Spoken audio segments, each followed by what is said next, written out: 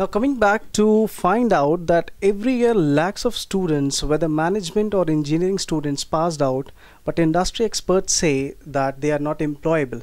So let's find out with Mr. Amit what he has to say. Sir, industry experts say that talent is coming, but that's not employable.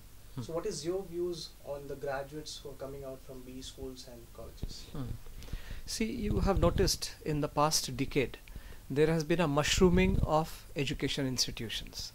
So there is a lot of quantity, right? So today there is no dearth of engineers, right? When any of these big Indian software companies goes to a campus, they recruit in bulk, right? So that kind of a mass quantum is available in the market. The challenge is on the quality side. So whoever I have spoken to, my peers in the industry, when we talk about talent, when we talk about recruitment, the irony is that while there is so much talent available from fresh colleges, there is also a huge pressure for hiring. When we hire, it is not an easy task. We need specific skill sets, and it is very hard to find. So you may find that ironical that while we have so much of talent pool available from fresh educational colleges, why is it we don't find the right talent?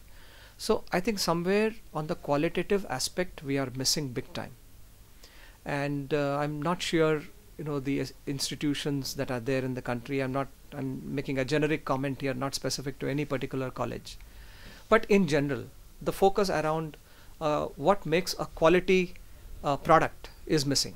So we are more concerned about certification, we are more concerned about a particular course, and perhaps more concerned about marks, grades, etc. But the overall package that an organization looks for is somewhere missing. So therefore my view is that the specific talent skills that we look for continues to remain a challenge. And therefore when organizations like us, especially multinationals, when we go out into the market, we confine ourselves to a few colleges, and where we know there is that focus, that quality element is available. We confine ourselves to those colleges, and there are some of those colleges which are really focus a lot around overall personality development. But this recruitment thing is also dependent on what you're looking for.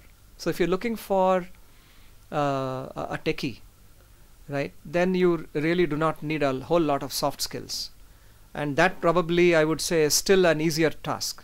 But moment you're looking for a marketing professional, a business development professional, then the selection process gets a little more stringent, because the soft skills and the personality of the individual, the creativity, the innovative mind, all these things start to play. And this is what I argue, that even though we have good B schools, the focus around personality development is missing. And largely my view is that this personality development thing is left at the hands of the individual. The institution does not teach them. So it's left entirely at the individual. He is put into an organization, and then depending on how much he is able to absorb and learn, he goes forward. So the soft skill development is one big issue to my mind. So my next question is, as you say that there is a huge pool of students coming every year, but there is a lack of talent. So from where you fill that talent gap in HP India? So specific to HP, I may not be able to comment, because we do not share the names of colleges and institutions where we go. We obviously do hire fresh grads, and then we also hire experienced grads. So we do both. But as I said, when we do these recruitments, especially from the campus, then our focus is to make sure that we are getting a full package. And we've got, our HR department has got criteria. So they have got their own criteria, their own procedure that they deploy when we do these recruitments. What kind of culture HP follows for its employees? See, fundamentally, we have something called as the HP way, which the founders of HP, they created the HP way of working, and it focuses around transparency. It focuses around fostering innovation, fostering creativity. We have a concept of an open door policy that's part of our HP way. As you may have noticed when you walked into our office, that we do not have cabins, right? And that is true for any officer in HP at any level. And that what it connotes is an openness. So while there is a hierarchy in the organization, nothing stops a fresh graduate from walking up to the managing director's cabin, asking for an appointment and sharing a point of view or asking a clarifying question. So I think that is uppermost in terms of the culture, and I believe such an organization makes a throbbing organization where you are cutting across layers and you are enhancing more collaboration. Are you planning to launch any products in the coming future? See, we are a very large company, so at any point in time we are always launching something new. Essentially, for HP, 70% of our revenues come from infrastructure, and so therefore, infrastructure covers the entire gamut of hardware, software. We are a very large printing and personal systems company, so we've got devices across the entire spectrum of IT and IT infrastructure. So therefore, this is a very difficult question to answer, and probably it has to be more confined to specific launches we are making, for which we come out to the media anyway. HP is also into education industry by the name HP Educational Services. Could you please throw some light on this? See, the focus of HP Education is to make sure that our users are trained well enough to use our products. So in the software business, for example, we have an education arm specific to software, and their charter is also very clear. We work with our system integrators to make sure that they understand our software portfolio well enough, so that when they do deployments or projects around our software, then they have the sufficient amount of skills. That is then followed with a certification program. So we drive this culture of certification within our partner community in a big way. We reward partners who have got more number of certifications than somebody who has got less.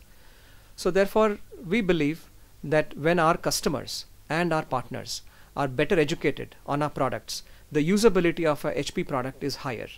And that is how we would like our customers to be using our products, make our relationship more sticky, and so that once a user of HP, always a user of HP, and therefore HP education has a big role to play in that. When was that started, and what is the current strength like? How did they ventured? It must have been some targets, when they started into education industry. So what is the percentage, as you said that HP is into various different businesses? So when we talk about this education venture, what is the strength like in the complete business? I will not be able to share with you specific numbers. It's a very old business unit, and it's been around for a long time. And it goes hand in hand along with our product businesses. It is a separate business unit in itself, separate P&L. So the people in the HP education business drive their own business like a separate LOB. So they have got revenue targets that they chase just like any other line of business within HP. What is the role of India in IT industry coming future, according to you? You mean in the global IT industry? See, India has made a mark. If you look at India in the global sphere, primarily India is known for its IT talent, for its software talent, right?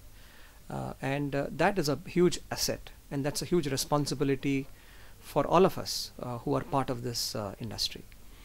And over the past few decades, we are going up the value chain, right? So fundamentally, we started off by body shopping when we started, in the 70s, and today, if you see, some of our big players here in the country are competing head to head with any of the large global conglomerates, whether it is with respect to IT service delivery or whether it is with respect to IT consulting. So gradually the industry is maturing, and we are going up the food chain, we are going up the value chain. And therefore, to the question that what India has to offer, India already is offering in a significant way. Whether you look at the BPO industry, it is such a huge success that India is also known as the hub for BPO activity in the globe. So therefore, I think in the IT industry we have achieved a lot. But like in any other technology industry, the pace of technology change is very rapid. So therefore, what made us successful in the last few decades will not necessarily help us to grow in the next few decades, because there are disruptive technologies coming even within IT. So I'm sure we are all, as an industry in our various organizations, are working towards that. We are all aware of the trends of the future, like cloud is a trend, mobility is another trend, social media is another trend. So companies like HP are watching that, and we are maneuvering our future offerings, our strategies, our go-to-market plans according to these trends, right? So innovation is a very key ingredient of our industry, and Indians have always been at the cutting edge of innovation of intellectual caliber. So I'm quite sure that we will transform ourselves, adapt to the next trends in the IT industry, and continue to make India a very highly visible country in the global IT sphere. After this business interaction with you, we would like to know something about your personal life. So can you share with us, how did you spend a day from morning till night? What is your schedule like? It's a crazy schedule, and a lot of my team members tell me that I need to slow down. But it's like any other IT professional in the industry today. It is we all lead pretty tight lives. So specifically in my case, not sure how many hours I work, but probably I'm working early morning till late night, and weekdays are always very packed, and make sure that on the weekends I balance my time by spending time with family. But like I said, it's pretty much work, work and work. What is a favorite destination for holidays with your family? Okay, so I am a big lover of hills. So therefore, here in Delhi, I'm very enchanted to go up the Himalayas, and that is what I do when I get time. So for me, I'm not so much a fan of going to Europe or Switzerland, Alps and things like that. I love my country, and most of my vacations that I plan are actually in country. Any role model of yours? There are many. Specifically, it'll be hard for me to name a few. I would say Mr. Narayan Murthy probably stands out as one of the most able leaders. I like leaders who are very, I would say, transparent, very down to earth, very grounded, and who have a very powerful vision, and who have the capability to motivate and inspire people. That when I see such people inspire me. So Mr. Murthy is one such leader, but there are many others.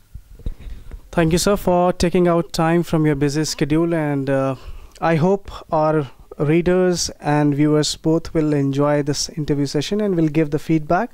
Thank you once again, sir, for giving us time, and we wish you all the best for your future. Thank you so much for this opportunity. Thanks.